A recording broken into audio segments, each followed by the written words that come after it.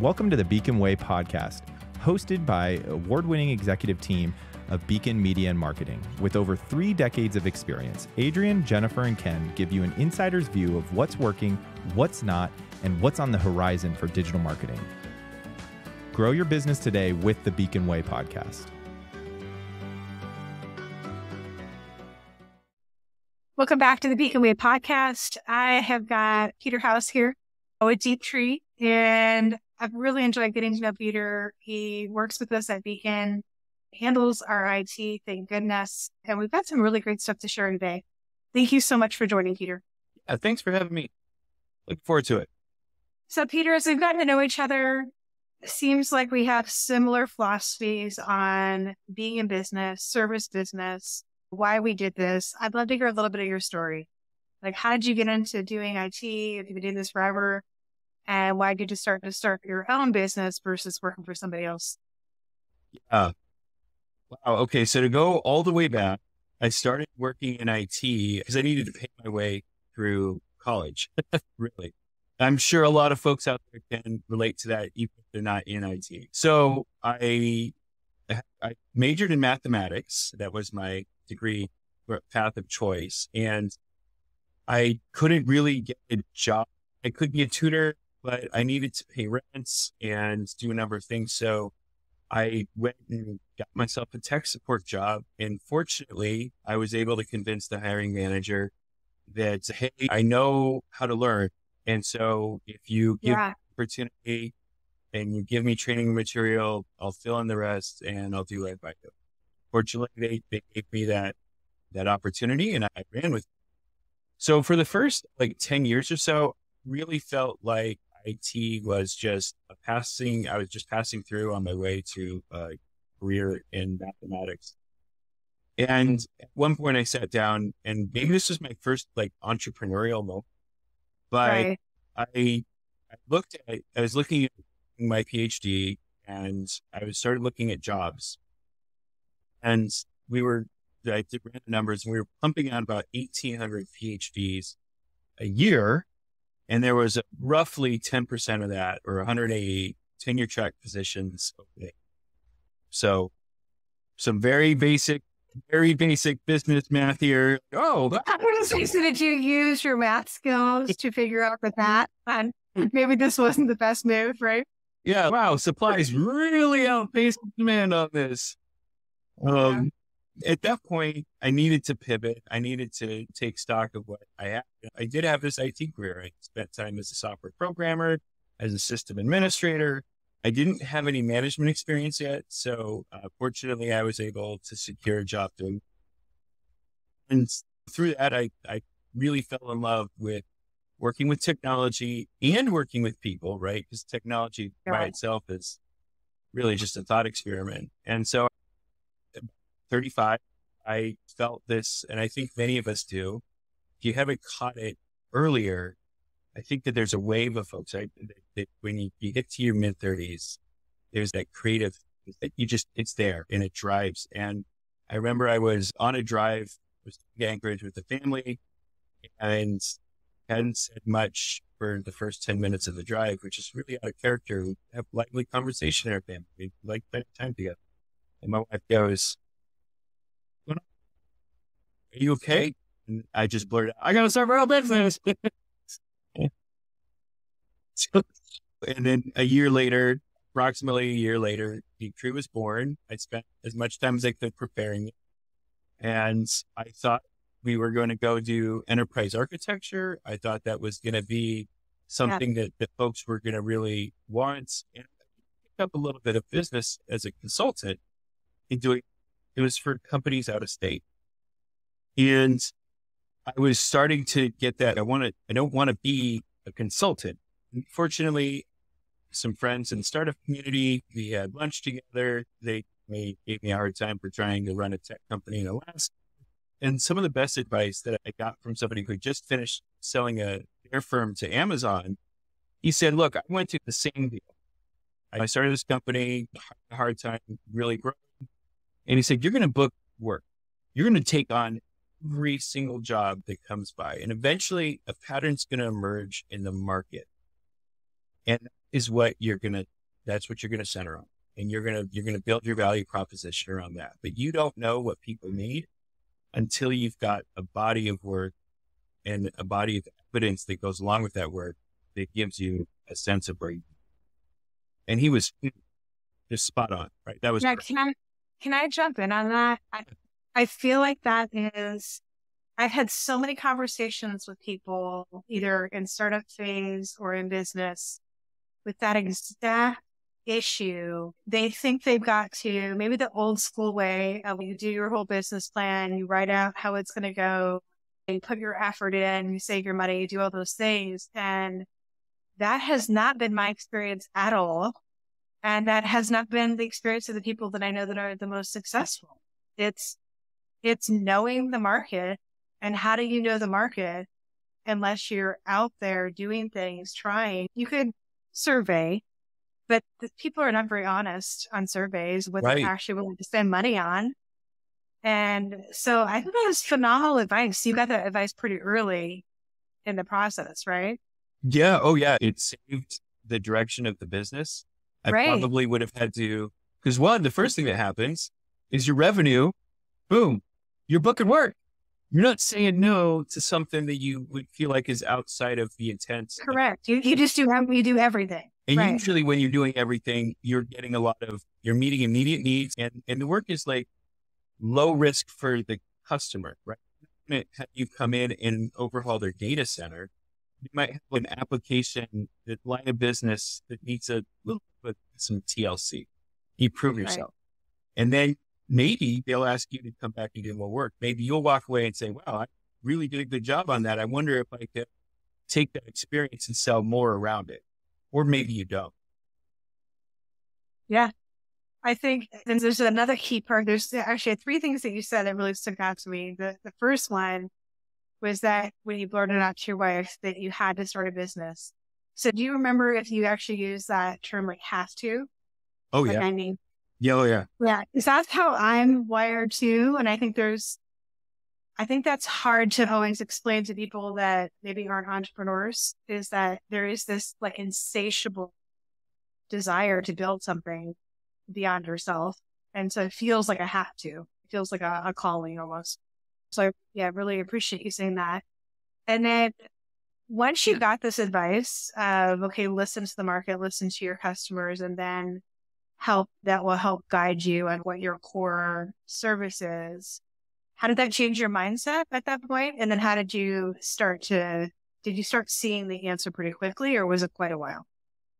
So to answer both of those questions, the first thing it did was it opened me up to listening to the market versus feeling like I have a mission and I have to convince people to listen to me. I've opened my ears and I start listening. So it took a little bit of time, but it started to emerge. And what I found was my sister, actually, she was an angel in this way. She's, look, I just need somebody to be there. And I don't need somebody to sell me digital transformation. I know my business. I know where my pain points are. And if I need digital transformation, I need somebody who I can talk to about that. And we can have a productive conversation. And then we can implement that digital transformation in a sustainable, manageable way. I want my changes to be small enough to be permanent. I don't want to have a consultant come in, build this dashboard, do all this.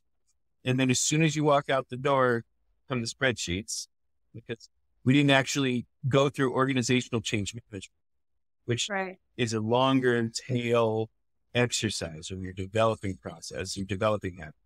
I just need somebody to come in and take care of business. I need things to be stable. I need them to be secure. And then I need you to be there when I've got a notion. And that was really, that moment right there was the laser, like the beam of light that cut through the clouds. And I realized that where our value proposition is going to be, people understand it as cybersecurity, and people understand it as risk management. We've gone through a couple of phases on terms of branding our value proposition.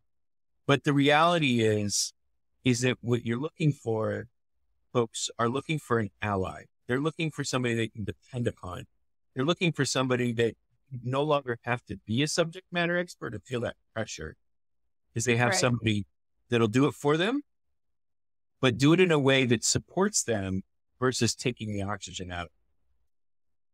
That is so powerful in service, because she just made something intangible, because in service, we don't have a product to sell. We have the service, right? But she made something intangible, very specific. And that is beautiful. Like, she could articulate it that well too. And then you could receive that. And have you found that that need that she articulated, has that replicated? That has that been the primary piece that you serve in working with people? Yes, because we've put our value proposition out, and in that way, our customers and our prospects are able to select in a lot easier, right? Because people know what our value system is. They know that, look, this is what we're looking for. This is the customer that we're looking to provide service to. It's very easy. If you care about security, if you care about stability, chances are you're going to find us an amenable value.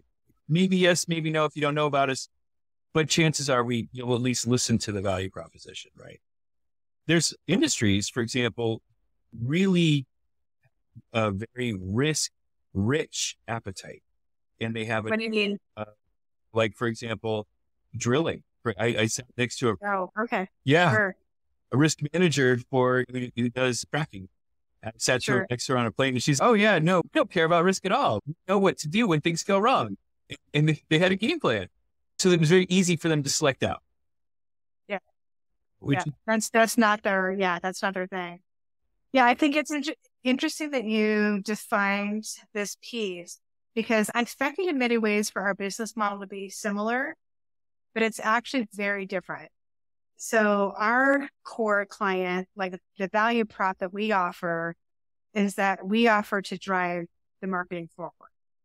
So our value prop is not that we wait for people to, like, when they have a notion. Our value prop is actually the opposite, not totally the opposite, because we're taking care of the basic stuff to make sure everything is functioning well, to make sure like your foundation is good.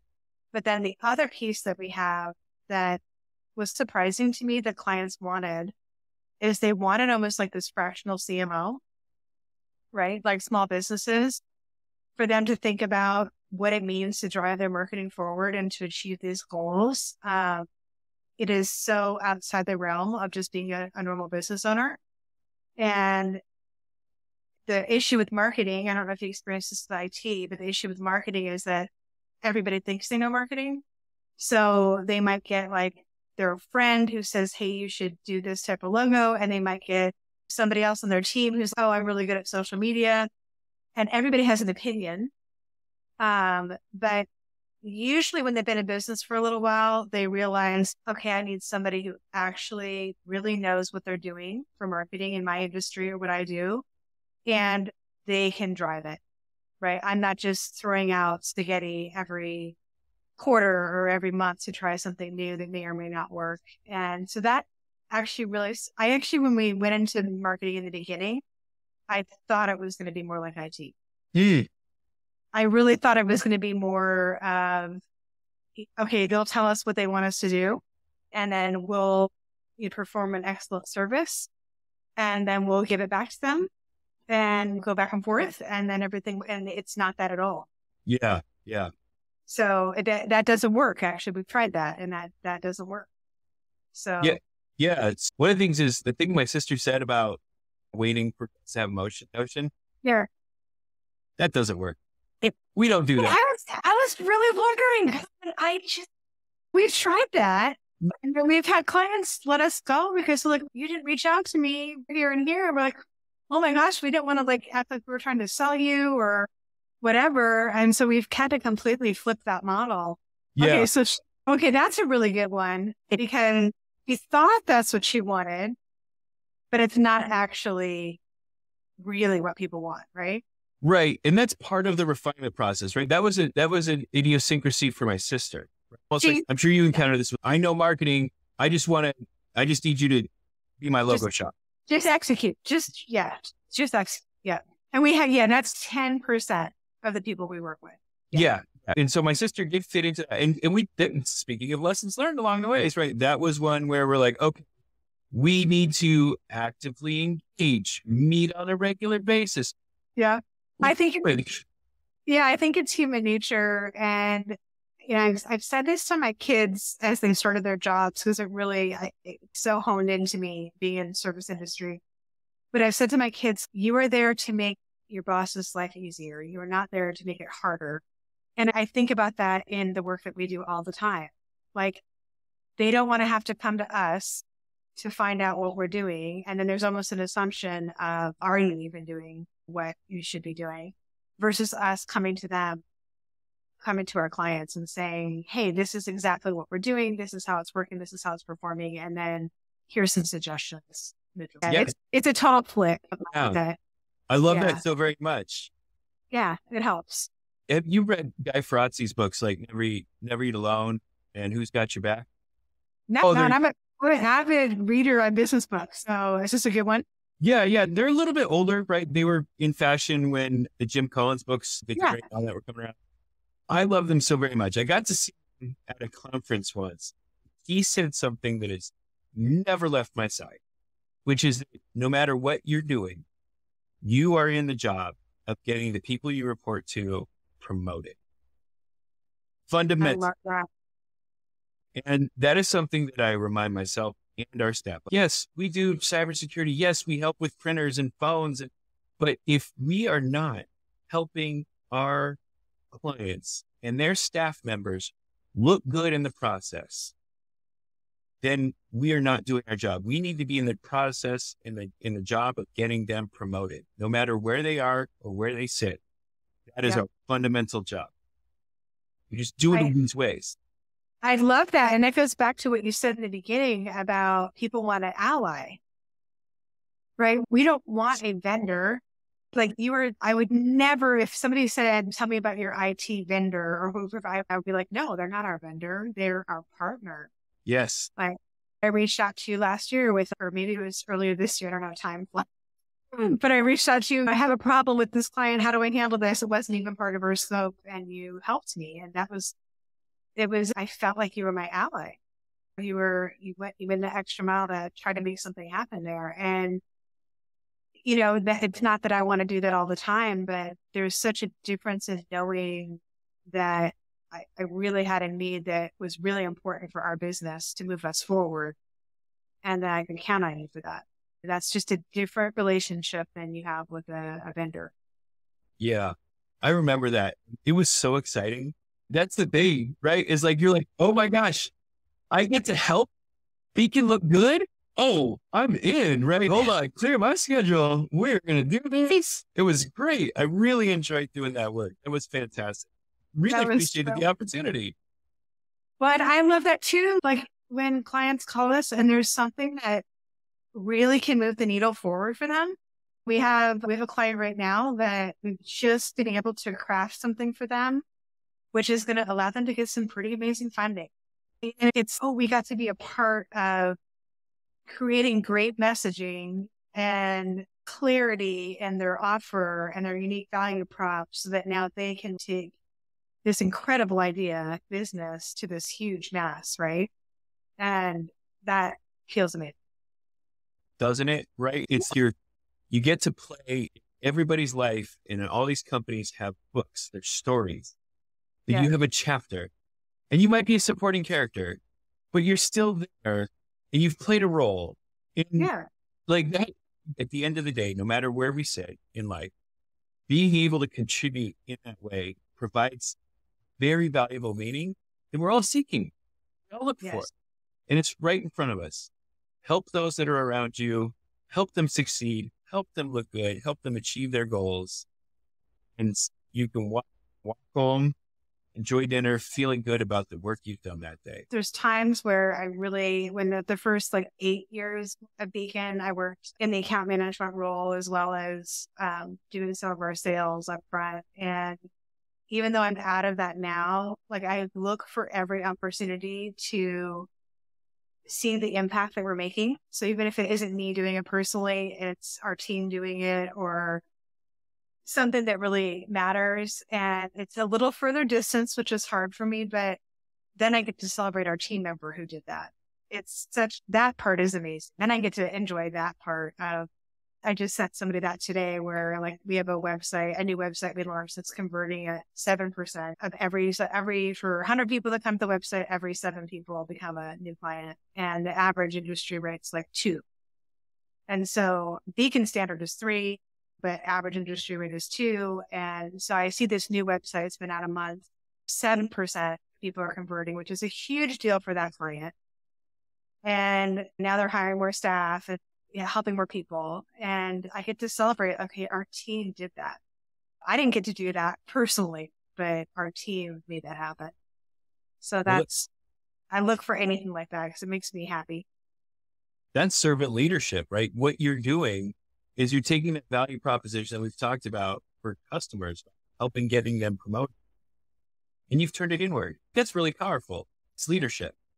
You're like, okay, so not only are my customers, the manager, the department head that's engaging us, you're helping them look good, you're helping them achieve their goals, but then you're taking that same modality and you're turning it inward to your staff and you're saying, I'm going to help you get promoted. I think what makes me probably most proud is that the people that are on our team, like there's a lot of reasons that you go into digital marketing, but I would say the pervasive overriding thing that makes our team happy is when they do good for our clients. So they could be motivated by a lot of things, but they could be motivated by maybe making the most beautiful website or get really tech about it or whatever. But I see them motivated by the results more than anything. And to me, that is that principle. They're thinking about somebody outside themselves, not just their career or their work. Yeah. And I know you have an awesome team too. Like you can just tell like that every time we interact, it's really positive. So what would you say to somebody that is looking, they're at the beginning, they've had the moment of, oh my gosh, I have to tell my wife I have to start this business. What would you encourage somebody with that's in that process? Or is it about mentorship? Is it about seeking others? Like, what do you think the most important keys are once you've decided? So, wow, great question. I'll see if I can be brief about it. I do think it's like Eisenhower said, right? It's the plan that matters, but the planning. So I do think sitting down and starting with what is your value proposition? What does your supply chain look like? You have a set of vendors that you would already like, whatever it is, even if you're in the service industry, you're going to need some partners that are going to be providing something to you as part of that service. Okay, who are they? Do I know who they are? Do I know who the players are? How much do my expenses, right? That's what your initial expenses look like. Those are all really good to do. It's important to do. But then the next side of it is like, how do you incorporate the lessons that my friends gave? And it was like, okay, maybe we go out, we just start booking work and we start building relationships. In fact, the most important thing one can do before starting any business is building those relationships. Who are the key people in your life? And not just the people that you're really close to as friends, but the loosely affiliated people. Who are the people that are like one step back from your friends? Have you gotten to know them? Have you had lunch with them? Because even a superficial relationship can lead to an opportunity because they're like, oh, hey, I know this person does marketing. Oh, I know you need an IT person. Hey, I had lunch with him the other day. Seems like a great guy. And in fact, in a lot of ways, that's more powerful than your closer friends because if things don't work out, there's a significant social blowback from your very good friend having something go sideways with a potential customer. Yeah. So good point. I think every journey is a little bit different. Ours, I thought I did all the right homework and I spent a year planning and preparing and then reality smacked me upside the head and I had to adjust. Maybe other people won't have that experience, but I think that it's just part of the process. Yeah. But I think your advice is excellent. I tell people not to do it my way because both Adrian and I are like crazy high risk takers. And so we tend to jump before really having anything clearly laid out. So I tell people like, that is not the way probably most people should do it. Like, we're comfortable with that level of risk and growth. And as we've been, growing at that level, but most people, they're not okay with that. So I think having a plan and then being willing to adjust the plan and, like you said, really listen to the market, but like still having your foundation, I think is core. Yeah. So did you have a group, like a BNI group or like a group that you went to regularly in the beginning? No, I didn't. I just had friends in the tech, right? Because I was 35 when I started DeepTree. So fortunately, I had an informal group of people that were more accomplished than I was, millionaire, often stole startups and hit their success. And they were willing to share their knowledge with me. So I was very fortunate in that. Yeah. If one doesn't have that, absolutely find a BNI, go to chamber, find your people, make your friends, because you do need that group, especially people who are outside your industry, who see things in a slightly different way, who understands and can relate, maybe don't really see things in the wet lens, because we all adopt it, right? IT people, at some level, they all have very strong opinions about certain types of technology versus others. So talking to somebody in finance, talking to somebody in marketing, right? Somebody who sees so many different industries coming and going, knows what works and doesn't. Having those people in your circle are really helpful. They can give it to you in a way that you may think about it routinely. Yeah, I think that is excellent. And that is something that I think is overlooked. I have this theory. You can agree. I'd love to hear your thought on it too. My theory is that for those of you that are listening that live in Alaska, that Alaska's culture is our greatest strength and our greatest weakness when it comes to business. We have a culture that I've experienced over the last 13 years of people that are very self-sufficient, very pull yourself up by your bootstraps, put some duct tape on it, make it work, get through the next day. And there's an incredible strength to that because there's perseverance. That's why I think we have so many small business owners here. But if you look at the amount of small business owners here that don't grow past a certain point, I think that's also because of that self-reliant attitude. I'm going to do everything myself. I'm going to do the IT myself. I'm going to do the marketing myself. And I didn't quite know how different it was until we expanded nationally. And then all of a sudden, all these people we're talking to were like, oh, of course you hire people for this. Of course you hire experts for this. Of course we work together and collaborate. And it was such a different mindset than that self-reliant Alaska thing. That's always been my encouragement now when I talk to any Alaska business owners is it doesn't have to be me. Beacon's not the fit for 90%, right? But please find somebody who's good, who knows what they're doing. Don't waste your time and your employer here out and not get good expertise. So I'm curious, have you experienced that or is that just my anomaly, my personal view? Oh, I think you're spot on, right? Because the very skills that we have keep the bottom from falling out of the bucket. Maybe the very same set of skills that keep the bucket from overflowing. Exactly. I mean, I get it. We're a small state as people, like we don't have but there's so much opportunity to expand beyond Alaska. And there's so much opportunity to actually help each other more and to accomplish more. I'm really excited about that. There's a lot more opportunity, I think, than we give ourselves credit for. Yes. And I think a good way of recognizing that opportunity is taking stock of the phase that your business is in. Every business, just like every life, there are categories of the phase, right? So of course, you've got your startup phase where you're working hard to survive, to find your mission, find what resonates in the marketplace, right? Sort of the Jim Collins, what are you passionate about? What can you be the best in the world at? And what does the market need? And really finding that intersection of those three things. Great. And then you've got your stabilization phase. By the way, this is just my own philosophy. There's no happen from any book like I just did with Jim Collins. You've got your stabilization phase where once you've got your value proposition, you start building your processes, your procedures, and really fleshing out the different dimensions by which you're going to sell that value.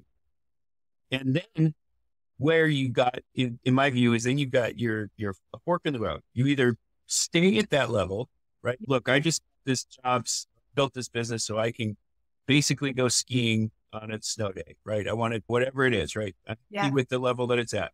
Or you reflect and you say, we have something that could go bigger. Okay. Now, just like how you get employees, right? The difference between staff members and contractors is really who signs their check. If you've got good partners, you got good contractors, you got good folks working with you, you're going to understand that they're badging in as you. Like, I know this is how you see it. You see yourself as an extension of your partner's staffing, right? Right. And so when you're working and helping them, you're not thinking yourself in a transaction. You're thinking yourself in relational manner, right? Like, how am I helping you be successful? That's the kind of thinking that really helps people really grow. And so you want to be finding, so if I'm going to be in this phase and I'm going to start thinking in this way in terms of a growth mindset, then just like I bring staff members on to maybe be the office manager, be the operations lead, be my marketing partner, right? And now I'm growing with a hybrid blend of internal staffing and external resources. And so it goes, right? And then you've got the other phases of the business as you start thinking about legacy and you start thinking about transition and your exit strategy. But phase there, the one that I think you're really keying in on, is something we need to be thinking about more. Is once we've operationalized our value proposition, we've moved out of the startup, what next? And who in the marketplace can internal, externally resourced. And if that's a barrier, because some people would say in Alaska, maybe we don't have enough people that we can depend on up here as partners, but I just don't think that's true. I think there's incredibly talented people here who choose to live here for whatever reason. They could be anywhere. And again, Adrian and I have found that we went outside of Alaska and we have competed really well against national competitors. It's not like there's less talent that we're working with, but it's more of a mindset and a decision to grow. Yeah. I think to your point, right? Okay. So let's flip seeing is believing on its head, right? Believing is seeing, right? If you don't see Alaskan talent, you don't believe it exists, you won't see it. Right. And if you do believe it exists, you'll find it in every corner. Like, I'm blown away. Right. By some of the things that aren't even in my industry. I'm like, whoa, what? You did that? Are you kidding me? Here we are at a frontier of a frontier, right? We're at the edge and we're doing amazing things. And we're doing it, to your earlier point about being self-sufficient. We're doing it sometimes with a fickle supply chain, with our colleagues and our neighbors. And we take that and we can lead each other. There's so many great business people in Alaska that I have to compete head to head with them. Okay, you're pushing me, fine, I'll push you. We're going to keep going. The best wins. And then outside my industry as well, too. The work that you're doing here in Anchorage and Nevada and all over the country, sometimes the world. If you see it, if you believe it, you'll see it. I think it's important. Just keep your eyes open. Just like we talk about with building your value proposition, learning the market, learning all that stuff. The same applies for your partners as well, too, for your potential partners in the marketplace. Look outside yourself. Yeah, I totally agree. It has been a true pleasure. I feel like we could talk for hours, so we'll definitely have to do this again.